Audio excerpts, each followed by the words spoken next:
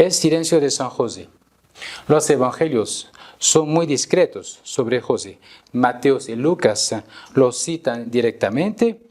Marcos guarda silencio total sobre él. Y Juan lo cita 2 veces. Jesús, hijo de José. Su nombre está siempre inseparablemente unidos a lo de María y Jesús en una misión común. Mediante su respectivo fiat, hágase tu voluntad, colabora a la salvación de los hombres. José es esposo de María, de quien nació Jesús, dice Mateos, capítulo 1, versículo 6. Los relatos inspirados no citan ninguna palabra suya. Dado que José no dice nada, o más bien que los evangelios no nos dicen nada sobre él, estamos invitados a escuchar su silencio, pero un silencio elocuente, como el silencio del Padre, que habla solo por el don de su Hijo, por la boca de su Hijo, por la ofrenda de su Hijo. José es como la sombra del Padre Celestial, presencia del Padre silencioso, de donde sale la palabra divina para instruir a los hombres. San Juan Pablo II dice: el silencio de José tiene un significado especial. Gracias a él podemos captar plenamente la verdad contenida en el juicio del Evangelio sobre José. José es llamado el justo. Hay que saber leer esta verdad, porque en ella se encierra uno de los testimonios más importantes sobre el hombre y su vocación. Redemptoris Custodio número 17. En otra palabra, el silencio de José revela su vocación de hombre justo, hombre santo. El silencio de José valoriza lo que hizo en su trabajo como esposo de María y como guardián del Redentor. San Juan Pablo II habla así de su vocación. También el trabajo de carpintero en la casa de Nazaret está envuelto por el mismo clima de silencio que acompaña todo lo relacionado con la figura de José. Pero es un silencio que descubre de modo especial el perfil interior de esta figura. Los evangelios hablan exclusivamente de lo que José hizo. Sin embargo, permiten descubrir en sus acciones, ocultas por el silencio, un clima de profunda contemplación. José estaba en contacto cotidiano con el misterio de Dios, el misterio escondido desde siglos, que puso su morada bajo el techo de su casa. Eso explica, continúa San Juan Pablo II, por ejemplo, ¿por qué Santa Teresa de Ávila, la gran reformadora del Carmel contemplativo, se hizo promotora de la renovación del culto a San José en la cristiandad occidental? Número 25 de Redemptoris Custodio.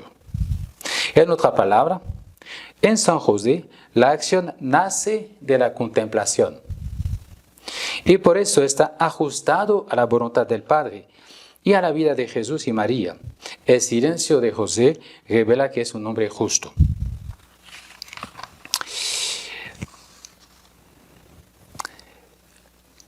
San Juan Crisóstomo compara el sueño de José con el que Dios envió a Adán cuando formó a Eva. Los sueños del esposo de María eran misteriosos. Así, el silencio de José revela un acontecimiento divino en su vida, que las palabras humanas no pueden traducir, y valoriza lo que es y lo que hace, en otras palabras, la vocación del hombre santo. El segundo punto es saber vivir el silencio activo, como José. El silencio de José muestra su modestia. Ante la magnitud del acontecimiento divino, José no se desparrama iba por allí dando 10 voces, yo soy el esposo de María, María es la madre del Mesías. No. Guarda mesura y silencio.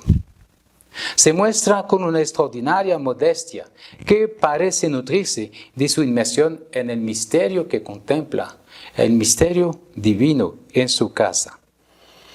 Su modestia guarda una significativa relación a la trascendencia de los acontecimientos de los cuales es protagonista. El silencio activo de José provoca admiración, en especial en un mundo sin horizonte de excelencia que busca la eficacia por la eficacia. La maestría personal de José aparece claramente encuadrada al cumplimiento del plan divino.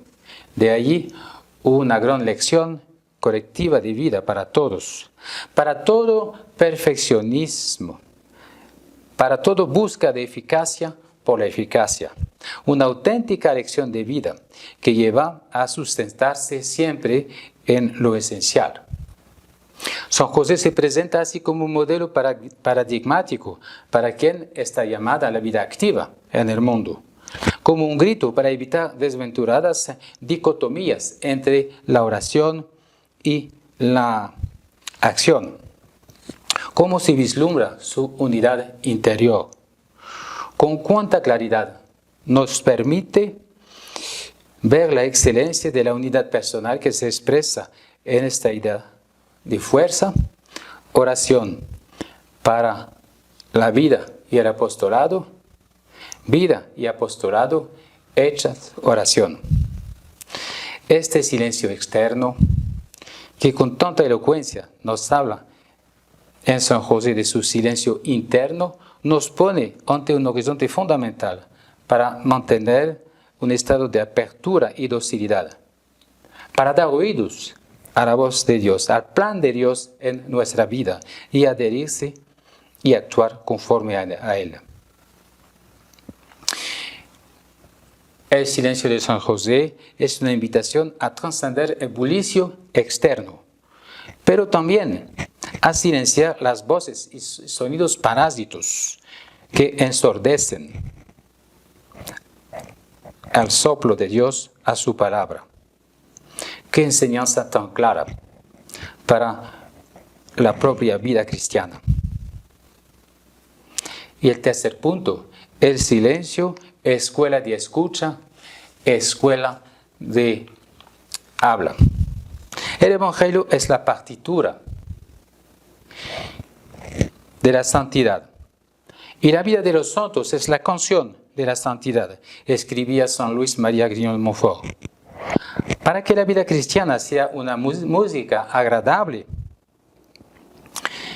ella necesita de silencio. Sin silencio, la música es ruido, pierde su naturaleza, su belleza, su grandeza.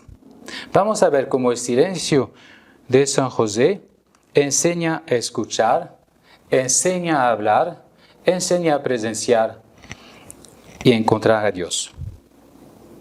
Estar en silencio es escuchar. El mandamiento más importante en la Biblia empieza con escucha Israel. El Señor nuestro Dios es solamente uno. Amarás al Señor tu Dios. Deuteronomio 6, 4. Para obedecer me toca silenciar, para oír la voz de quien me habla. Para amar me toca conocer el otro, entonces escucharlos. Tenemos 2 oídos y una boca. Para escuchar 2 veces más que hablamos. Escucha Israel es una actitud positiva que impulsa a abrir los 2 oídos, al contrario de cállate, que es negativo, que conduce a cerrar la boca. Entonces silenciar es abrir los 2 oídos para estar atentos a los ruidos de la creación, del mundo que vive a mi alrededor y al final a la voz de Dios. El que silencia está en comunión con los demás porque es receptivo a lo que vive el universo. El silencio enseña a escuchar, el silencio enseña a hablar. Santiago dice en su carta: todos faltamos de muchas maneras. Si uno no falta en las palabras, es un hombre perfecto, capaz de refrenar también todo su cuerpo. Santiago 3, 2. Si uno no falta en las palabras, es un hombre perfecto. El silencio es la manera más segura de limitar la proliferación del pecado en el mundo. Santo Benedicto insiste también mucho sobre la prudencia a hablar. Cuidaré de lo que dice mi boca, citando el Salmo 39, versículo 2. Cuidaré de lo que dice mi boca. De hecho, hablar demasiado lleva a criticar, lo cual permite matar 3 personas. Puede matar 3 personas.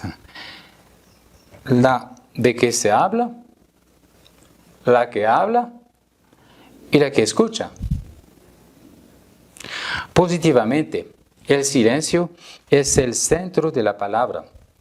Las palabras son destinadas a revelar el misterio del silencio de donde vienen.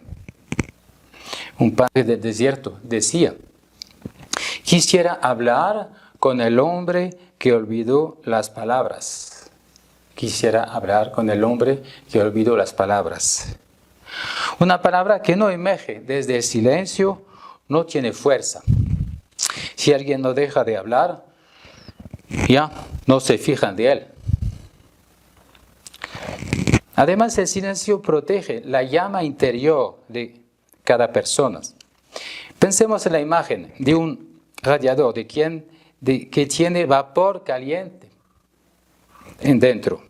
El vapor se escapa rápidamente si la puerta se abre a menudo. Si uno deja su boca abierta en continuo, la llama de su fuerza interior se apaga rápidamente. La vida en el espíritu requiere la vigilancia en su boca. El silencio mantiene en vida el espíritu en el alma y capacita al testigo de Dios en el mundo. Al contrario, el alma, en su deseo de decir muchas cosas, puede perder su consistencia y disipar su memoria de Dios. El silencio enseña a escuchar, enseña a hablar. El silencio es presencia. El silencio que asusta y que buscamos huir escuchando música, multiplicando las actividades, es un silencio vacío, es ausencia. Cuando uno no suele vivir el silencio, le cuesta o le parece un castigo. Al inicio de la oración silenciosa, me cuesta entrar en el silencio.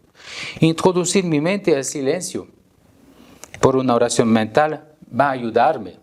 Rezar un Ave María, un Padre Nuestro, un rosario, un pasaje bíblico, para entrar en la presencia de Él, que es la fuente de toda palabra y de toda vida. La contemplación de una obra conduce a la presencia de su autor. De la misma manera, la escucha de la música, del silencio, fuente de toda palabra, lleva a su interioridad, a sus sentidos profundos, a su autor. Jesús, el Verbo encarnado, dice: mi palabra es espíritu y vida.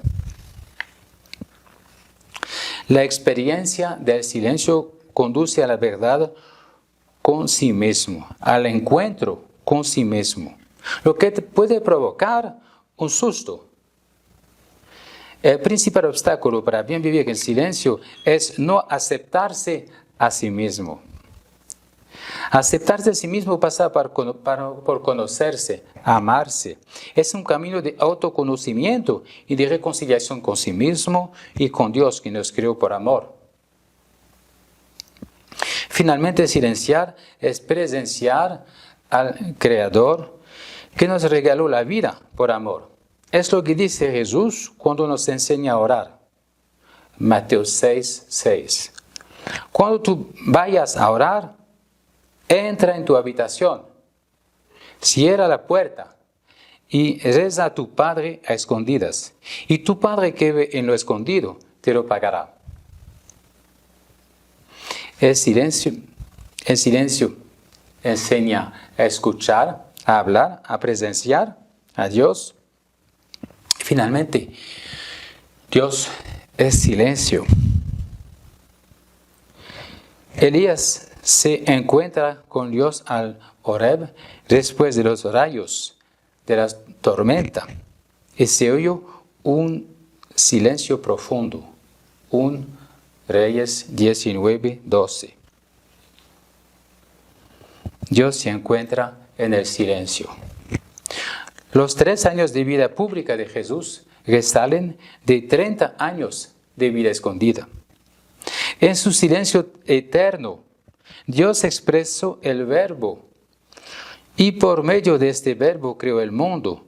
Por medio del Verbo encarnado reveló toda su divindad. El Verbo no se rompe en el silencio de Dios. Lo implementa la inmensa riqueza de su silencio. Dios en silencio del hombre que lo rechaza. En la pasión, por ejemplo. Al yo soy de Jesús en Getsemaní, los soldados retroceden y caen al suelo. Juan 18:6. En conclusión, el silencio de José es plenitud de caridad. Antes de todo, una cualidad del corazón que podemos conservar hasta cuando hablamos. Él nos mantiene en la verdad. Es a partir de Él que hablamos a los que lo necesitan. Es a Él que volvemos cuando las palabras dieron sus frutos. En el silencio de José, el humano se encuentra con el divino. El que toma un día en desierto es antes de todo para participar al silencio divino. Al centro de nuestro apostolado, la pregunta no es de saber si hablamos mucho o poco, si hablamos bien o menos bien. Es de saber si nuestras palabras llevan al dulce silencio de Dios.